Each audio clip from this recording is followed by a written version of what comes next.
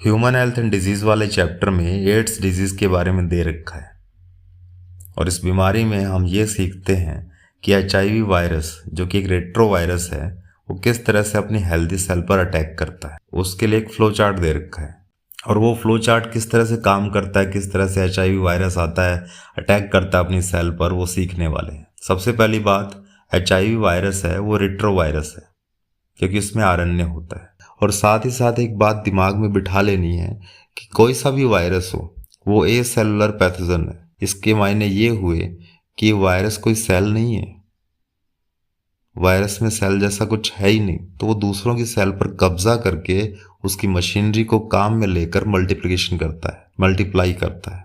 तो आपकी बुक में जो फ्लो चार्ट दे रखा है उसको समझने की कोशिश करते हैं।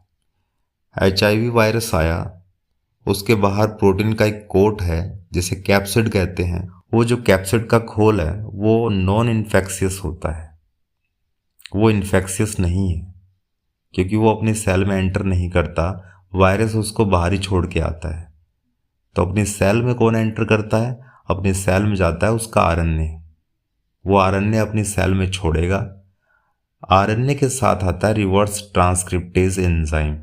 वो रिवर्स ट्रांसक्रिप्टेज एंजाइम एक काम करेगा, उस RNA से DNA बनाएगा जिसे बोलते हैं cDNA, कॉम्प्लीमेंट्री DNA, क्योंकि रिवर्स हो रहा है, ट्रांसक्रिप्शन है वो रिवर्स होगा, इसलिए इस एंजाइम का नाम है रिवर्स ट्रांसक्रिप्टेज, जिसमें RNA से DNA बनेगा।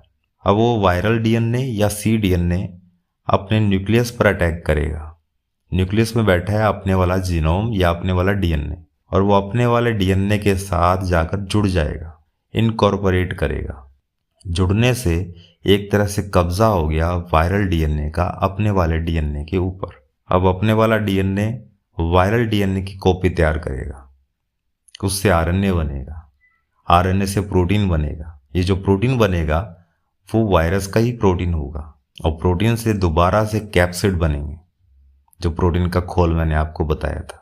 अब इन प्रोटीन के खोल या कैप्सिड के अंदर RNA जाकर बैठ जाएगा, क्योंकि पूरा RNA कभी भी ट्रांसलेट नहीं होता प्रोटीन में, कुछ RNA बच जाता है।